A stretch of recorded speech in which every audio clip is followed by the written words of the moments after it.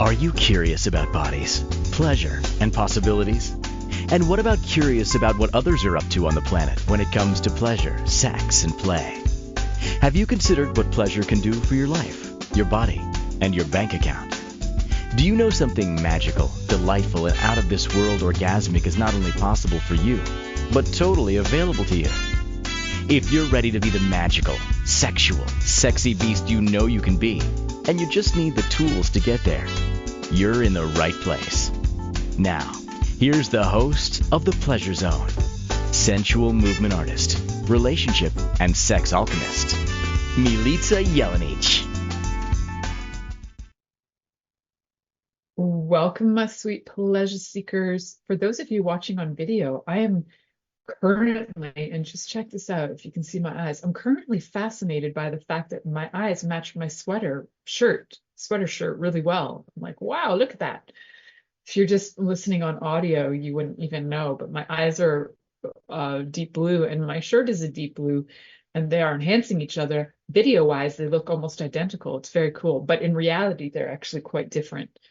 So that's what I wanted to start with, because that was really important. For those of you who are brand new to this show, this is the Pleasure Zone, where I talk about all things sex, bodies, things that are playful, sexy, and all things to do with relationships. And today happens to be a relationship episode. Why? Because I had a weird dream the other day, and this dream inspired this episode. All right, so that's why we're going to talk about, do we separate or do we have an open marriage? Why do people separate? What are like valid reasons to separate? What are valid reasons to have an open marriage? What I can tell you is relationships change all the time. And there are times where you might just be like, I'm done doodles and I'm out of here. So you might just feel like an absolute cut and you just done. But probably one of the reasons that you're done is one of the reasons that I'll be mentioning. And then you might not be done and you're just like, whoa, what's happening? Do we need to change something up and have an open marriage? So in the dream I had, I'm not even going to tell the whole story because it's so weird, but the gist of it was, I asked my husband in the dream, hey honey, if you're hot for so-and-so, are we having an open marriage? And he was like, no. And I was like, then what's going on? So then that had me, for some reason, I was like, I need a topic for my show. So I decided to do the show about this because thanks to the dream, there you go. So what does it even mean to have an open marriage? For some of you, that term is not something you've ever heard before. I did an episode in 2023 on polyamory and the different forms of polyamory. And so one of the forms of polyamory is where you have the core relationship, the husband and wife, or the wife and wife, or the husband and husband, you have a core relationship where that relationship is the main relationship, and then you might go seeking other side relationships. So and sometimes they're shared and they're generally approved of. So like the person is approved of, the understanding of the open marriage is understood. So we'll talk about the benefits of open marriage. There are some downfalls if you're not ready for it. And if you've ever watched The Love Boat, season 2 of The Love Boat had a really great episode of somebody who was an author of a book. It was like, it's part of the storyline, called The Now Marriage. And I thought it was hilarious because here I was having these dreams, and like my husband and I have been rewatching The Love Boat, and this episode came the next day, and I was like, what? Gotta love that there's synchronicities like that in the world. So for those of you who are new, there are over 400 episodes you can go back and listen to, all about all things sexy and fun and playful, and the history, the mystery, and all things about even the energetics of sex, and the physiology, the biology, the psychology, the sociology, all the ologies. Go back and look at some of the titles of the shows. I'm sure they will spark interest for you and you'll really enjoy them. All the episodes are about an hour long. So go, you can take them for you while you drive and go have some fun while you're doing your, chores around the house. Well, whatever you're doing, have fun. Bring me with you. I'm happy to be there. And maybe you'll learn a little bit about sex and having more fun in your relationships. Yay! So I love talking about sex and bodies because that just seemed to be something that came to me in my business and in my practice. And then I ended up going off and getting certifications so that I would feel a little bit more qualified and also have a little background and some strategies on how to work with people when it came to sex, relationships, and intimacy. I am a holistic health practitioner as well, and a lot of the work that I do is to help people get out of traumas, whether they're emotional, physical, even sometimes religious and psychological. There's all kinds of traumas that we can have, and they can lead to different conditions in the body. And so my greatest joy is to help people get out of trauma and into pleasure. Today's episode, we're going to be talking a lot about different things that you might consider when you are in a relationship. If you are getting to a place where you're questioning, what are we going to do? Should we stay together? There are sometimes people stay together for the money, they stay together for the kids, they stay together because everything they have is tied in together. So we're going to talk about really valid reasons to get separated. So if you are wondering, should I get separated? Is now the time. There will be valid reasons for it. And then there are other things that can be worked out if you are interested. If there's a joint desire to work it out, there are lots of things that can be resolvable. Sometimes there are things that are not resolvable, like, physical abuse is something that is, if you're being physically abused on if it's happening, that's something to think about. But I know a lot of people who will go back into physical abuse, but that's a story for another day. We'll talk about physical abuse some other day because it's actually really common.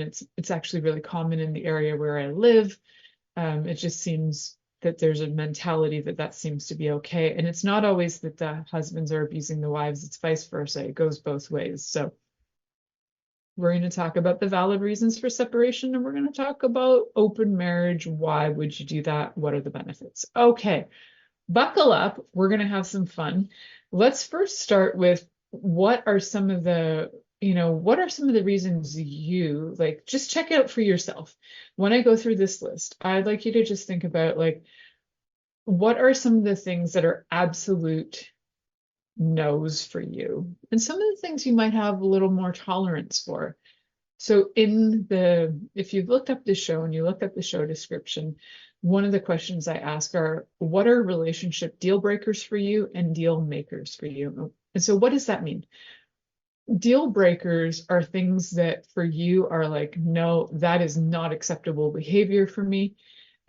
If it's acceptable behavior for your partner, but it's not acceptable behavior for you, say, for example, extramarital affairs, having sex with somebody else is maybe a deal breaker for your partner, but it's not for you, and you go off and have extramarital affairs, and they're like, that doesn't work for me. Well, guess what? It's not their fault. That's their deal breaker. And if you happen to break their deal because you're okay with it, that won't work. And also there are some fundamental core beliefs that to have certain fundamental core beliefs that are similar is really helpful, because otherwise you're going to have conflict in that as well, right? So one person's like, yes, that's fine. The other person's like, no, that's not fine.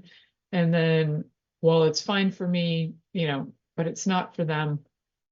You can see how things can get messy. So I'm just going to run down a list of, some really common and key reasons why people get divorced. I would think these are some of the top ones. There are probably other ones. I would think adultery is probably one of the top ones, or infidelity. Domestic violence is another one. Addiction, financial problems, if somebody's gone off and spent all the money or put you as a couple into massive debt, that will be often a problem as well. So let's look at let's start with the adultery, infidelity, extramarital affairs kind of energy, because that one, a lot of times if there's an open marriage, those won't even be a factor, right? So if you have an open marriage, and you have an understanding and like a contract with your partner around adultery or extramarital affairs, then the chances are you're not going to separate over that. So that one would be off the table.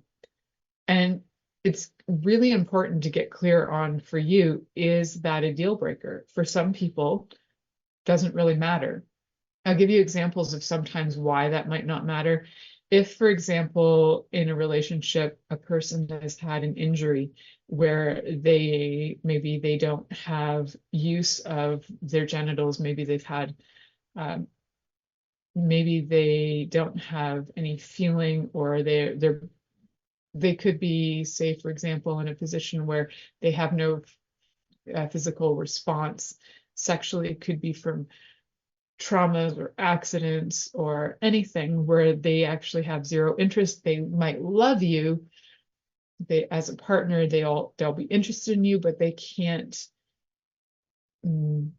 perform sexually. So then sometimes there's like an understanding where you're going, you know what, in this case, this isn't really cheating.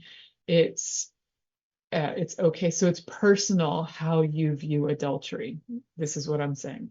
And it may not be a deal breaker for you if you already have had conversations about, if this, then what. So in my marriage, we've had conversations from the get-go about if we have certain understandings and clauses that if such and such ever happened, and you weren't sexually functional for a certain amount of time, then is it okay to go off and find another lover? And so we've both agreed on a timeline for if something happened and you can't have sex with that person, that and you need to fulfill that need. If you have a need and you need to fulfill it, that it won't be considered hurtful or insulting to do that. I know I don't know if all couples talk about these things, but I think it's a conversation that everybody should talk about. We talked about these things before we were even married. So we had a clear-cut understanding of where we stood on a lot of different topics that often don't get discussed. Even discussing things like, if there was financial stuff going on, what do we do if this? So I think the number one thing to do is open lines of communication. And I'd say that the top reason, even though probably listed, people would say, I left them because they cheated. But in actuality, probably the top reason for divorce is lack of communication, because everything on the list, pretty much everything on the list, will come down to lack of communication. Other than maybe domestic violence, where the person might have a mental illness, so they're violent, or physically or emotionally abusive, sexually abusive. There might be mental illness that's kicking them into behaving that way. A lot of the other things like financial problems, there's usually communication breakdown, commitment issues. There's usually a communication breakdown. Adultery usually has a communication breakdown. Addiction also. A lot of times when I've worked with couples and one of the people is an addict or both are addicts and they lie about it, then the communication and the lying is actually the worst part than the addiction itself. So it's to get honest and to be able to communicate clearly is really important if you don't want to separate. But if you're finding that you've tried and the communication is never improving, not even 1%, then it's probably not going to work. But if you can even see an incremental shift, like a 1% shift, you're going to have a lot better chance of getting results. So visually, if you imagine it, it's like two lines. And if one line even just veers 1% over time, that 1% is going to make an angle. It just veers off over time. It's going to go in a whole different direction. So that change will be more vast, even though it looks only 1% at first. It will actually be vast in the long run. If there is no change and you're headed down the same direction the whole time, there's no change in direction, everything will remain the same, right? So in order to get change, even if you get incremental 1% change, is far better than zero change at all. All right, so we're going to talk about some more valid reasons for separation, things to look for, so that if you are questioning, do I separate? Do we switch it all up? What do we do? Because this, whatever this is, isn't working. We are going to look at that when we come back. You're listening to The Pleasure Zone here on Inspired Choices Network, and we'll be right back after this commercial. Are you secretly a voyeur, wondering what's going on in other people's sex lives? What if now is the time for a totally different sexual evolution? Are you interested in people who are pioneers of different sexual and pleasurable practices? Lean in now with Milica Jelenic, where she will entice you and your body to know your own pleasure zone.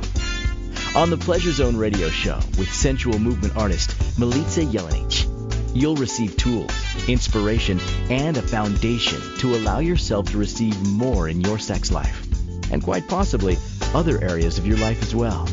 Listen for The Pleasure Zone with Milica every Monday at 8 p.m. Eastern Time, 7 p.m. Central Time, 6 p.m. Mountain Time, and 5 p.m. Pacific Time on InspiredChoicesNetwork.com.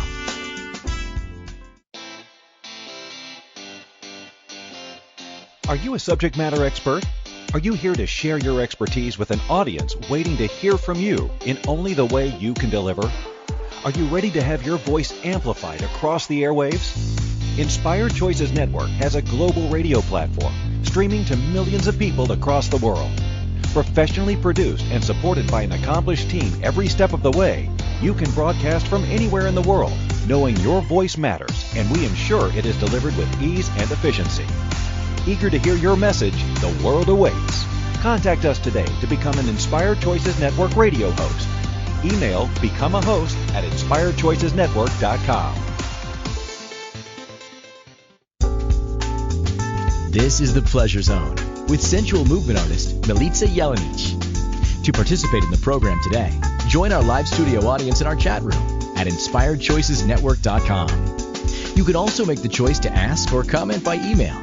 info@milicajelenic.com. Now, back to the program. Welcome back, my sweet pleasure seekers. Tonight, we are seeking pleasure in our relationships, and we're looking at the topic of separate or open the relationship. And I know that there are a lot of people who have gone through this question. And I know that there's also people who have gone through just the simple question of, do we separate? Because open marriage is not even something that is on the table. I put these together specifically for a reason, to help you look at that there are options in the world other than separating. If you're like, I love the person, but the sex is not there. Well, if you love the person, but the sex is not there, and they love you, but they can't deliver the sex that you want, open marriage can be a really good option. And we will be talking about that in maybe later in this segment or in the next segment. I want to talk a little bit more about some really valid reasons to separate, ones that are, there may be a little bit more abstract, right? So things like unrealistic expectations. Like if you expect somebody to, I would say that some really big unrealistic expectations is to say, for example, if you're with somebody who's an addict, drugs or alcohol or any kind of addiction really, and you expect them to go from having an addiction to not having an addiction like overnight, just and to just choose it, the chances are that's not going to happen, because it does take time to be able to get stability in yourself after when you're going through recovery. So unrealistic expectations, even about how things can run, like if you have an unrealistic expectation that, for example, that your partner will, oh, let's use this, the 1950s housewife. Let's use Leave It to Beaver, because that's a fine example. That's actually kind of, let me think, there's probably a better example. But, Leave It to Beaver, the mom, she was always dressed to the nines, cleaning the house. It's like nobody lived in their house, really. Her main job, though, was as the homemaker. Now, the unrealistic expectation would be to have her do all of that, plus do, a 10-hour job. Probably like I Love Lucy. She did a job and she tried to keep house, right? Chocolate factory incident with I Love Lucy. So I think there are examples when you look at TV, even back from the 50s and 60s, where we were given images of that you should be able to do it all. And there is a reality that something is probably going to fall to the wayside. So being unrealistic about the perfection that should happen is really hard on both partners. Being also unrealistic about what your partner can do. Say if you have an age discrepancy and maybe you're like 10, 20, 30 years apart, and your partner isn't physically able to do the things you would like to do, or aren't interested. Say you want to go swing dancing, but your partner's 95 and they're in a wheelchair, and you're like 60 and you can still walk, then it's an unrealistic expectation to always have to go out. And if they get mad at you for that, that's even worse, right? Like, why aren't you going out with me? Well, they're in a wheelchair. I'm using a really extreme example, but those are definitely unrealistic expectations. So they're really unkind as well to everybody involved. They're unkind to you to have an unrealistic expectation, because you'll always feel disappointed. It's unrealistic to the person that you put the expectations on, because they can't fulfill it. So yeah, those are kind of more abstract, right? And things like even I would say things like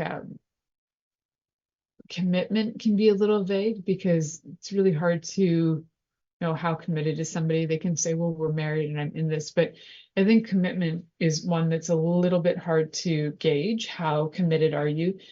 People can tell you they're committed, and I suppose the only way to see that is through their actions and through them choosing. So commitment is on the list as well. Imprisonment, I think, is a great reason for separation, although lots of or divorce. I do know people who have stayed in relationships through imprisonment, if it wasn't super long imprisonment, I suppose. If you're going for life imprisonment and the person killed somebody or was like a rapist or set people's houses on fire, why would you even want to stay with the person? So that's a totally valid reason to separate. And then lack of affection, lack of effort, that's one that is actually very hard to gauge as well, because the person who's being accused of lack of effort might actually be giving it their all, or what they can handle giving. And I don't remember where I saw this, but there was a really good example that I saw of how to navigate like exhaustion in a marriage, where people are feeling like they just don't have they can't manage whatever the household chores are or anything like that. And one of the things to do if you are in a partnership is to just have an understanding on a daily basis, to check in and go. I think it had to do with like, how available are you? I think was like the question they asked. Like, how available are you to hang out with the kids and be present with the children? Or how available are you to take care of the household chores. And, you know, if one person's like at 22% available and the other person's at 80% available, then the person who's at 80% available will do the things because they can be more present either with the kids or with the pets or with the household chores. But there can be a level where if one person is always low and the other person is always at the 80%, becomes really unfair. So that's where it can also feel like lack of effort going on, to step up to the plate. When there is lack of effort going on, it's really good to get clear on where things need to be addressed. So is there lack of effort for affection? Is there lack of effort for communication? For, you know, whether it's that you're trying to save money or whether it's lack of effort in themselves. So there's a lot of different ways you can have a lack of effort, and looking at those and seeing which ones are really important to you, because some of them might be like 2 on the list of important and some of them might be 10 on the list of important, and we want to put effort into the things that are really important. So if a lack of effort is, say, around the home and the house is a disaster, and but to you it's really important to have a clean home, then the lack of effort would be very frustrating, that especially if you're the only one ever doing it. So you want to have and make sure that everybody is putting in their best effort. And if your best effort is like all you can do that day is 22%, but you're giving your 22%, awesome. Or if your best effort is to give 90, that's awesome. It's to not judge the other person for where they're at and what they can offer and how much effort they can put forth. And it can change, and it should, and hopefully it does change. Some days will be better than others. So the effort on both people's parts is great to recognize, like, wow, you know, I had a really tired, hard day today, but I gave it my all. You know, I had like 22% to offer and I gave it my 22%. You know, because sometimes you might look at somebody and think, well, they're being lazy, but they might not be. They might only have 22% to give. And if they're giving their whole 22%, then they're actually giving their all. And if they can't give any more than their 22%, because that's all they've got to give. I think, do you guys get what I'm saying? I hope you get what I'm saying. So lack of effort can be frustrating, but also know how much effort you have to give. And then always, you know, ask your partner, like, percentage wise, how much effort can you give? How much energy do you have that you can put in to effort? A lot of issues come from the love languages, right? So whether it's lack of affection, lack of gifts, lack of words of affirmation, lack of time together, there's lots of the reasons actually kind of come down to not having your love languages met. If you're not familiar with the 5 Love Languages by Gary Chapman, go out, grab the book, go get it on audio. I think everybody needs that book, even if you're not in a partnership, because you can use that information to help understand yourself, your own love languages, and start to give yourself the love language that you feel that is your primary and secondary or whatever. You can start to fill that for yourself. So let's say, for example, if your primary love language is gifts, and maybe you're not in a position financially to give yourself presents every day, which is also ridiculous. Even if you're a multimillionaire, it's ridiculous to do gifts every day. It's unnecessary. But what you can do is meditate on the things that you do have and have gratitude for every single one of them. And in doing that, you'll start to feel the energy of the gifts coming back in and go, oh yeah, I have all this great stuff. So the energy of gratitude starts rolling and the feeling of having more gifts is there. And so that it's not just need something every day to fulfill like an adrenaline rush of having and the high of getting things. So when and if you are considering separation, no, there are absolutely valid reasons, but it's personal. So it's really good to know and write down and share with your partner, what are your deal breakers in relationship? What is something that if your partner did this, you would walk away? And what are your deal makers? Like if they choose to do certain other things, that this really helps sustain the marriage or the partnership and helps to have you feel healthy and moving forward. Yeah. So what are your, I think sometimes we're not clear on our deal breakers, and then all of a sudden there's marriage breakdown or partnership relationship breakdown, and everybody's confused. And everybody's confused because there was never a clear understanding of what are the deal breakers and what are the deal makers. What makes things work for you? How do you get your love languages delivered? What are the deal breakers if you are doing things, if you are choosing consciously to do or say things that you know are hurtful to your partner? That is a form of abuse. So if your partner has said to you, A, B, and C are really hurtful, and if you tell your partner that and they listen and they don't do it again, that's respectful because they might not have known. If you tell them A, B, and C are hurtful and they repeatedly do it, they're just being either ignorant, they're being selfish, or they're specifically being abusive. Like there are some options in there, but it is a kind of abuse. So if and when you have been clear and you have been told that you've been heard and it continues, that is an issue and it needs to be addressed sooner than later.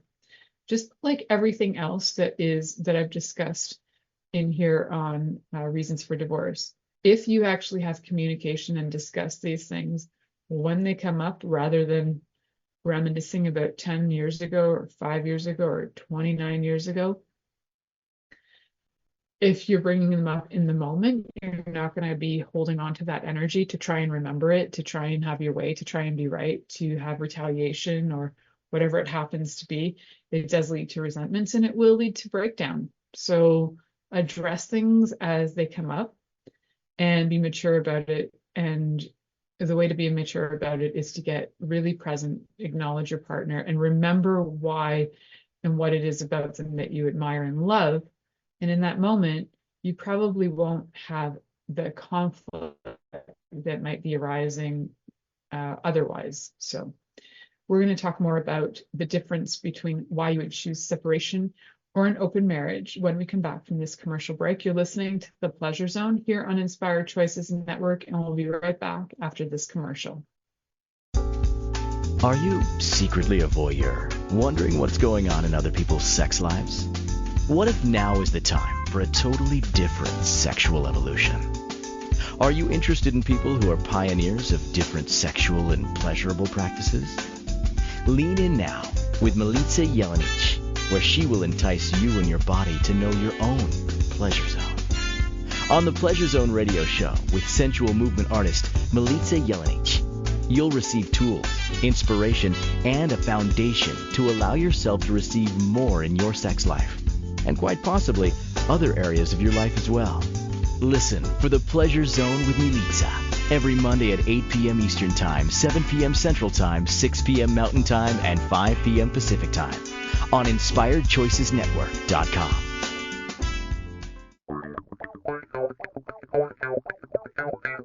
Interested in masturbating for money, copulating for consciousness, and pleasuring on purpose? 21 Days of Sexual Magicism with sensual movement artist Milica Jelenic is an exploration of tools, processes, and actions that you can use to create more for your life, your body, your money inflows, and so much more. Graduated learning for all levels of interest. Learn at your own pace via video classes or join the yearly live class. Take a peek at www.milicajelenic.com.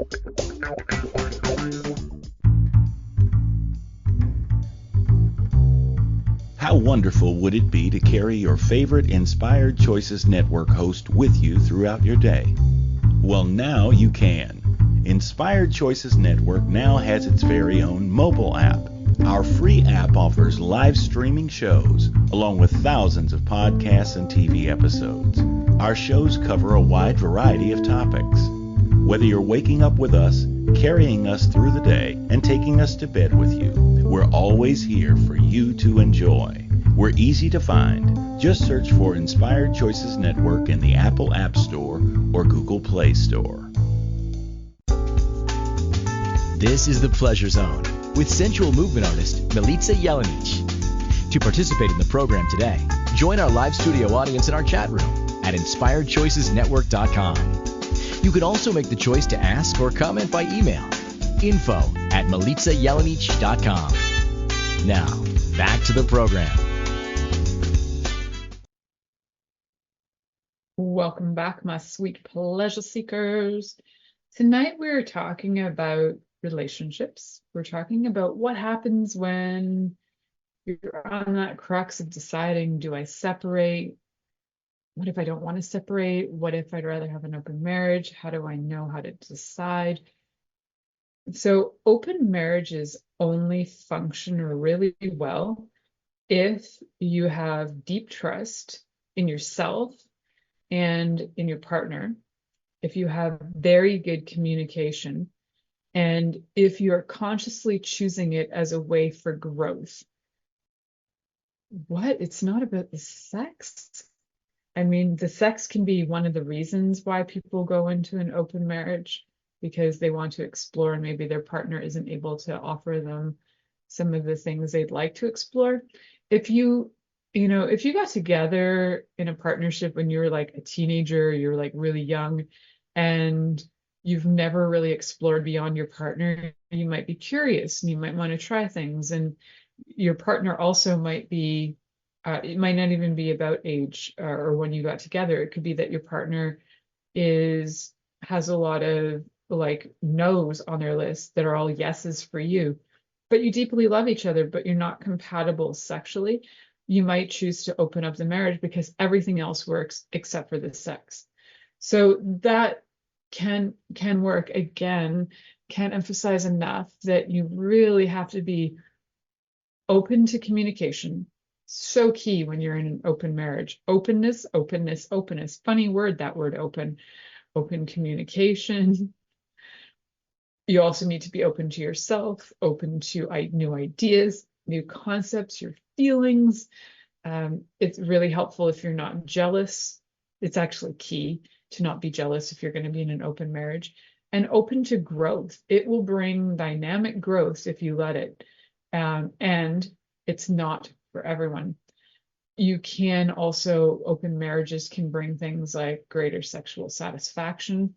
It can increase your level of communication. If you're actually in this for the personal growth and you desire to have a deep relationship with your primary partner, and you also decide that you would like to socialize and have bigger connections, because having an open marriage is going to expand the number of people that you're with and connected to, right?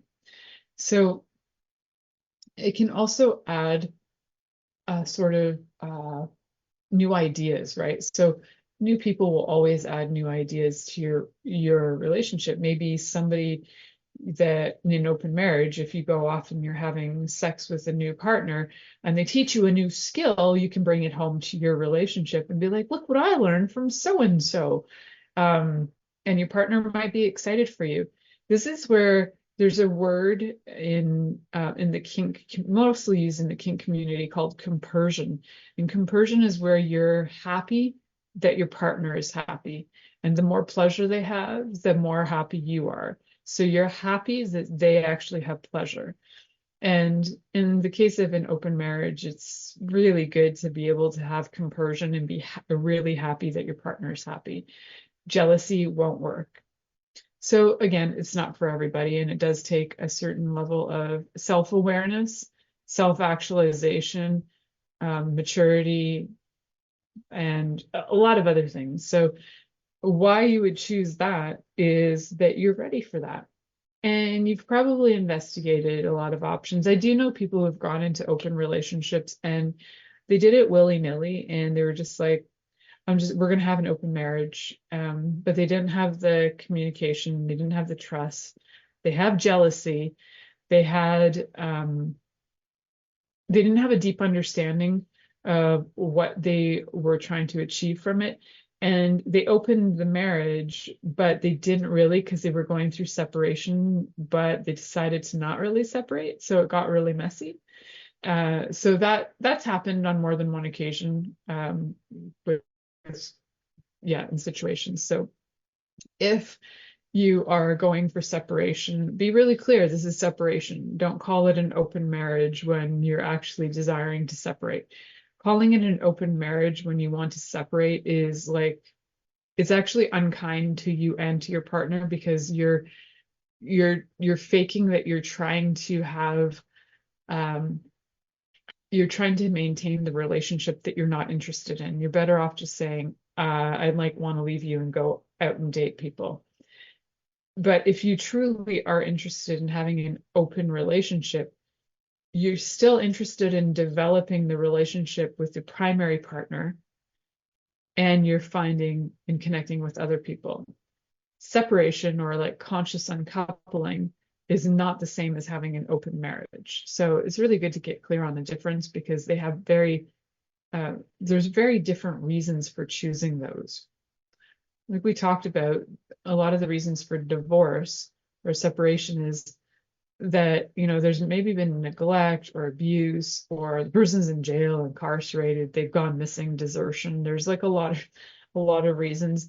I'd say fundamentally, if you have been miserable the whole time, and if you have tried to communicate with your partner repeatedly and they don't hear you, and they are not willing to negotiate and try something new in order to have a different way of being, if they're not willing to put in the effort, if they don't think you're worth the effort to put in, then it's time to look at and consider absolutely separation or divorce.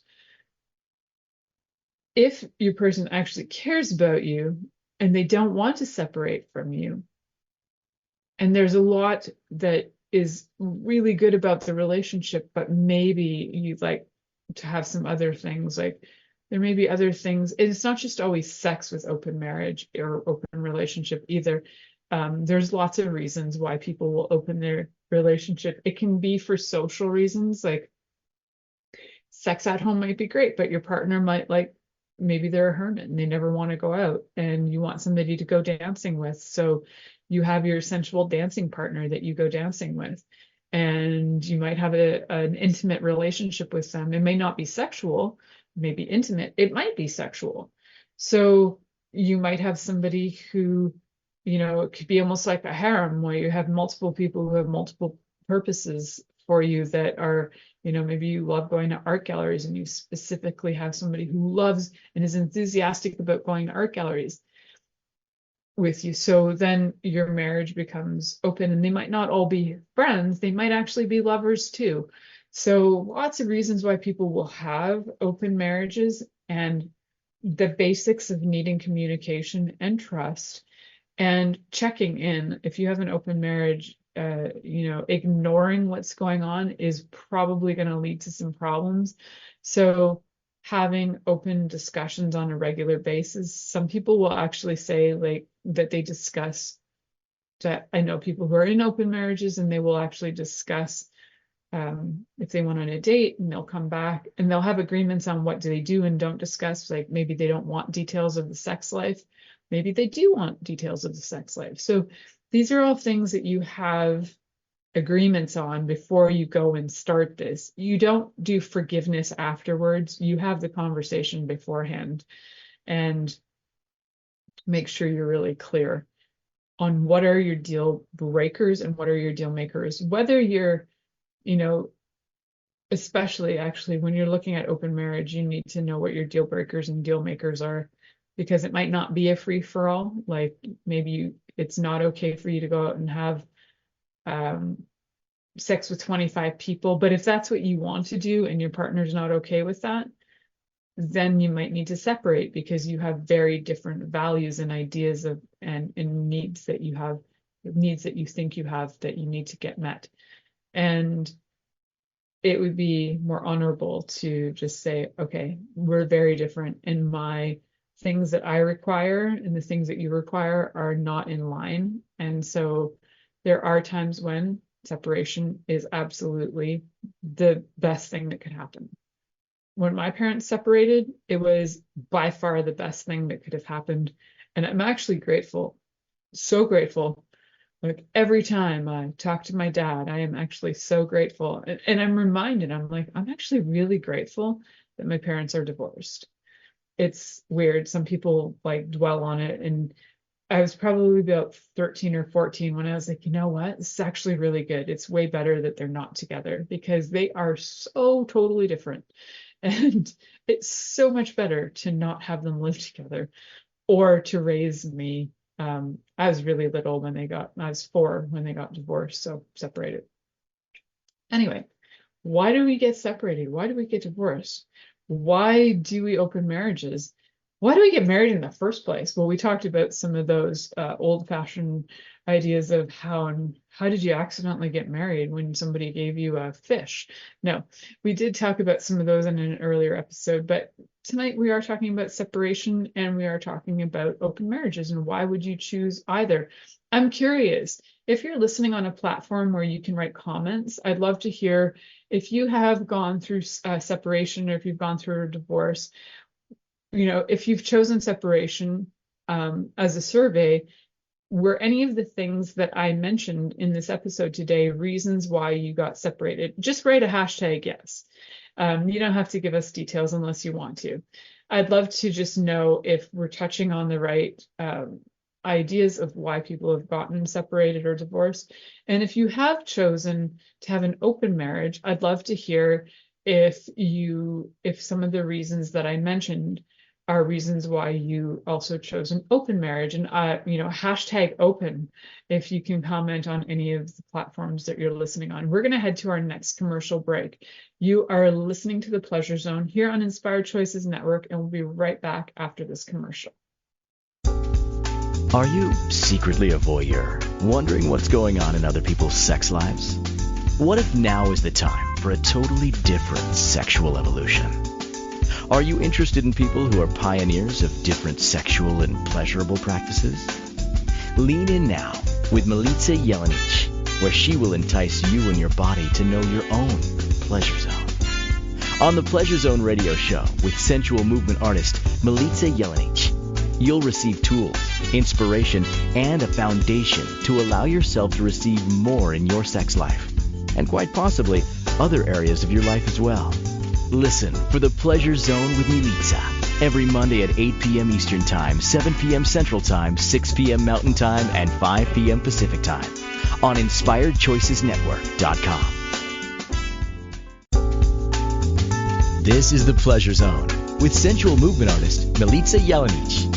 To participate in the program today, join our live studio audience in our chat room at InspiredChoicesNetwork.com. You can also make the choice to ask or comment by email. info@milicajelenic.com. Now, back to the program. Welcome back, my sweet pleasure seekers. Tonight we're talking about, do we separate? Do we have an open marriage?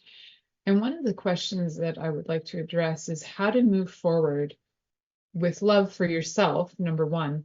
And sometimes there's even room for kindness to your partner, whether you choose to stay with them and have the open marriage or go and separate. So how do you move forward with love for yourself? So a lot of times going through separation in a marriage, a lot of people, or in a relationship in general, people will often just think that they're not worthy of love or not lovable at all, or there must be something wrong with them. Why did this not work? Sometimes people go righteous and are like, well, that person missed out and I'm the best thing ever. You know, ego gets involved and they're so right and they're so great. Even under that ego stuff, usually there's a very broken, sad little being. And so one of the ways to move forward with loving yourself is, I'm a big fan of inner child work. And one of the things that I encourage you to do is find a picture of you when you were really little.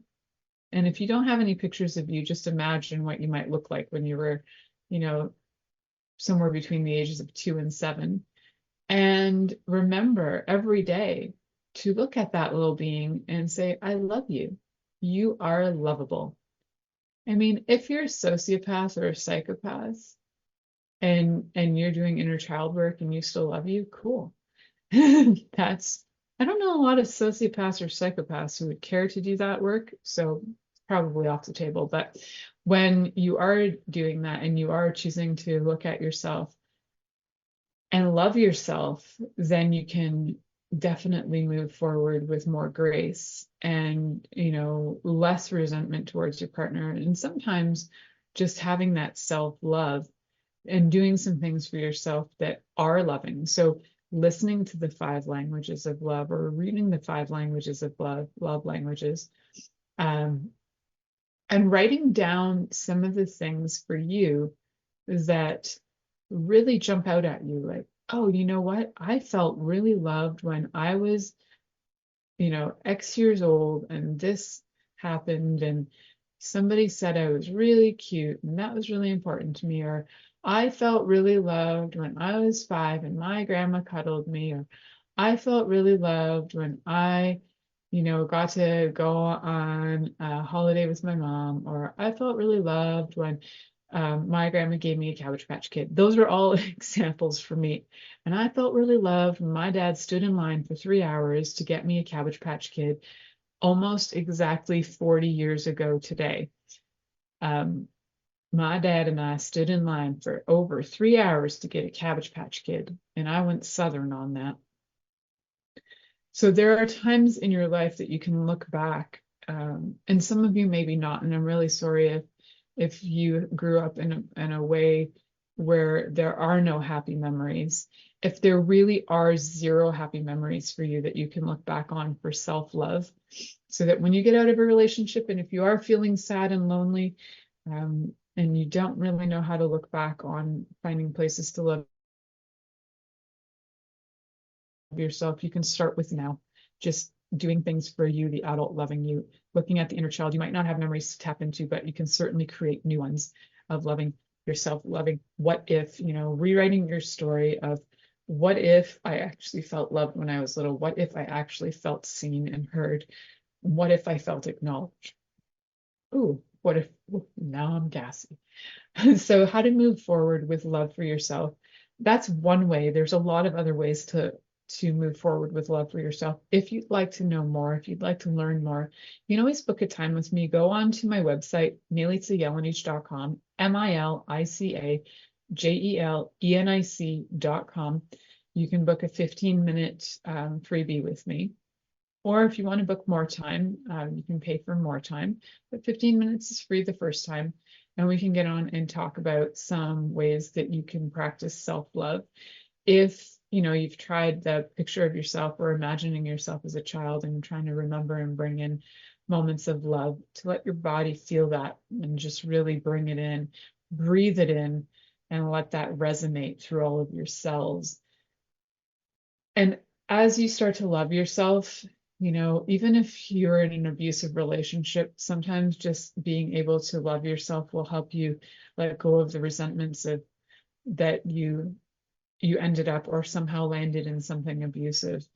Usually we do that because there are wounds that we have not healed. And so loving that inner child is going to help you to be able to move into relationships in the future where, with yourself, that are loving and that are kind, and so that you're not going to feel neglected, or you're not like having the likelihood of walking into something with abuse. So we have so many fabulous options on healing, and the more you can choose to heal while you're in relationship with your partner, because partners are amazing, great triggers to help you learn how to heal. And if you're not with somebody, then outside of the partnership. Either way, it's your choice. Thank you for listening to The Pleasure Zone. with sensual movement artist Milica Jelenic.